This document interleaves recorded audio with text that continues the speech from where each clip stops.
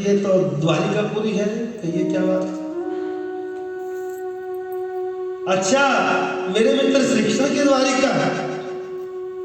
जब महाराज सुदामा ने ये बात कही कि मेरे मित्र श्री कृष्ण की द्वारिका,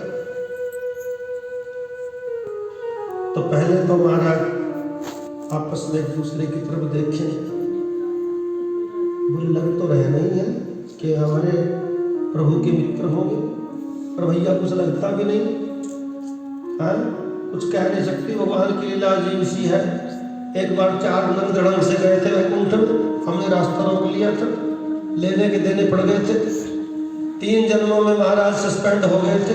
बोलो जय श्री कृष्ण। पहले जन्म में महाराज हिरण्याक्ष और हिरण्यकशिपु बने थे हम दो, और फिर रावण और कुंभकर्ण बने थे। अब शिशुपाल और दंतवक्र बने थे। अब बड़ी मुश्किल से दोबारा से नौकरी पर आए हैं। अब की बार गलती हो गई, सस्पेंड नहीं टर्मिनेट हो गए सीधे। बोलो जय श्री कृष्ण। और दोनों ने साष्टांग प्रणाम किया, महाराज हमारे प्रभु के मित्र तो आप जैसे ही हो सकते हैं। बोलो जय श्री कृष्ण।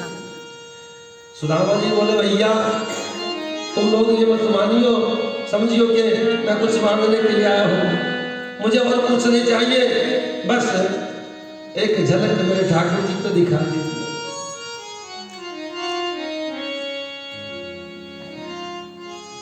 बोलो जय श्री कृष्ण। जय श्री कृष्ण। और महाराज द्वारपाल कहने लगे, महाराज हमारे प्रभु के यहाँ संत ब्राह्मण साधु भक्त लोग जो भी आते हैं हमसे पूछते तक भी नहीं, सीधे भीतर चले जाते, आप भीतर जाइए ना। बोले नहीं भैया मैं यही बैठता हूँ और तुम भीतर जाकर के बस इतना कह दीजिए तेरे बचपन के मित्र सुदामा आए हैं। और जाकर के महाराज द्वारपालों ने कहा, सरकार एक खबर लेकर के आए। हाँ हाँ बोलिए। शीश पगान जगा तन पे प्रभु जान को आए, बसो कही ग्रामा धोती फटे से लटे दुपटे और पार उपान द्वार खड़ो द्विज दुर्बल देख रहो चकिसो वसुधा विरामा पूछत दीन दयाल को बतावत आप जो सुदामा नाम गोविंद के कान में गए महाराज। भगवान अनेक रानियों से घिरे बैठे थे, रुक्मिणी, जामवती, सत्यभामा, सत्या, भद्रा, लक्ष्मणा, अनेक रानियों के साथ में घिरे बैठे थे। हड़बड़ा करके उठे, अरे तुम भीतर लेकर के क्यों नहीं आए? महाराज चरण पादुका पहनना भूल गए, मुकुट तक नहीं पहना और दौड़ लगा के जा रहे हैं, सुदामा सुदामा सुदामा। लेकिन सुदामा 7 जोड़ी पार बैठे हैं महाराज मुख्य द्वार पर। एक जोड़ी पार किया, द्वारिका में हड़कंप मच गया। अरे प्रभु के पीछे उद्धव, उद्धव के पीछे प्रद्युम्न, प्रद्युम्न के पीछे अनिरुद्ध, अनिरुद्ध के पीछे सांब। सबको चिंता हो गई, आखिर क्या बात। और मुख्य द्वार पर खड़े खड़े सुदामा जी अनेक प्रकार के संकल्प विकल्पों में गोते लगाए जा रहे हैं। पता नहीं मेरा नाम भी याद होगा कि नहीं। हाँ?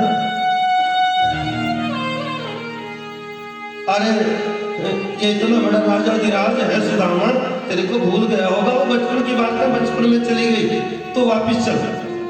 वापिस मुड़े महाराज, तब तक तो गोविंद पहुंच गए थे। और जाकर के दोनों बाह पुसारे, भगवान ने कहा सुदामा, बजाने करो कभी। बोलो जय श्री कृष्ण। सुदामा उसी समय वापिस मुड़े, देखा महाराज दोनों भाई पसारे हुए बैठे हैं, खड़े हैं ठाकुर जी, और ऐसा लिखकर किया महाराज, क्या बताऊं। बोले दीन बंधु भगवान की जय।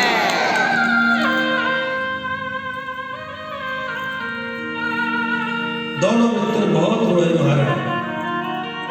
सुखदेव स्वामी कहते हैं श्री कृष्ण के आंसू बाहर दिखाई दे रहे हैं, सुदामा अपने आंसू को भीतरी भीतर पी रहे हैं। क्यों?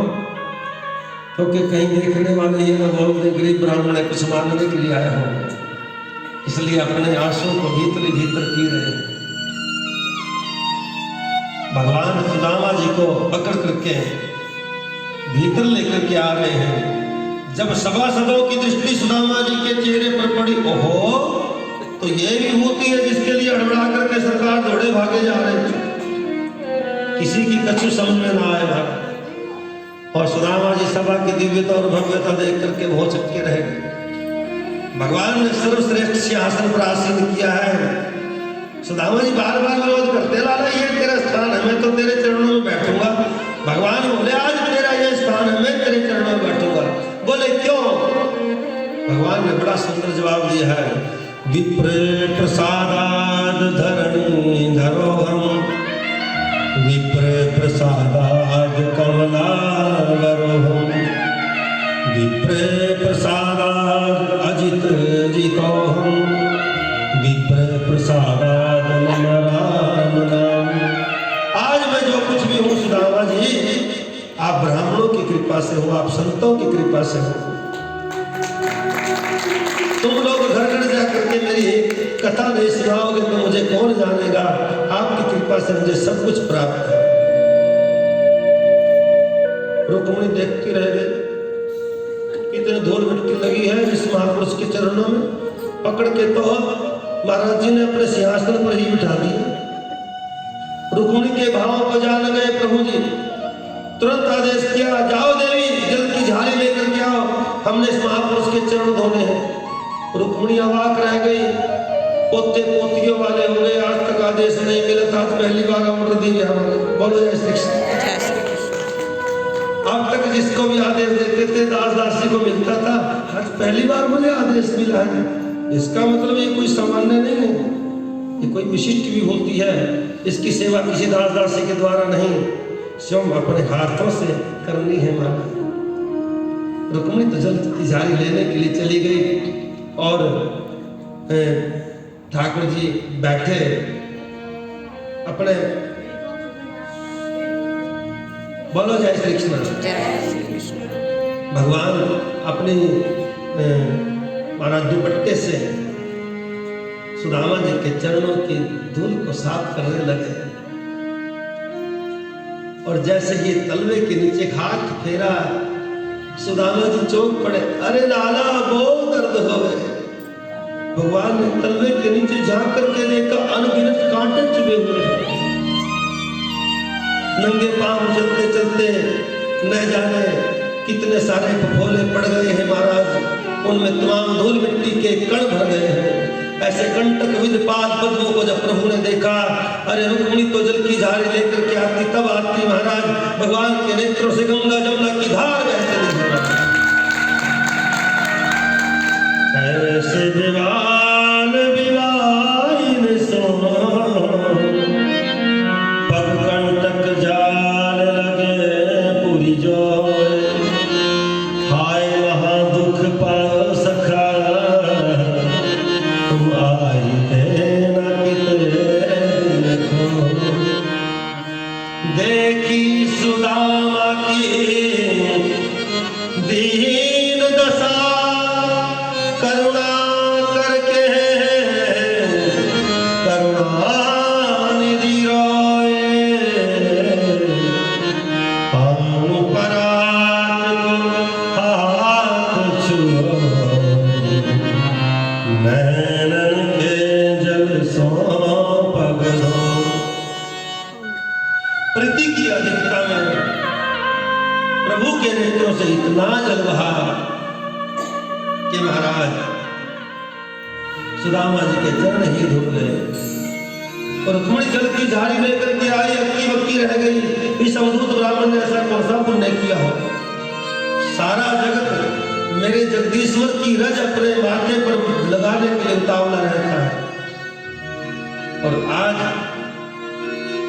लक्ष्मीपति श्री हरि साक्षात मेरे पति श्री कृष्ण इस अवधूत ब्राह्मण के चरणों को अपने नेत्र जल से प्रक्षालित कर रहे हैं। और सुदामा जी सिंहासन पर ऐसे चिपके बैठे हुए हैं। भगवान ने देख लिया, सुदामा जी सिंहासन पर बैठ करके अपने मन की बात नहीं बताएगा, पर बचपन का मित्र मिला है, मन की बात तो होनी चाहिए। एक बात कहूं, बचपन का मित्र यदि बुढ़ापे में मिल जाए ना तो बुढ़ापा भूल करके उनके सामने बचपन आचरण लग जाता है। बोलो जय श्री कृष्ण। और संकोची स्वभाव के सुदामा मित्र का हाथ पकड़ के सुदामा जी का भीतर ले आए कन्हैया, और कहा कि मित्र बहुत लंबे सफर से तुम आए हो,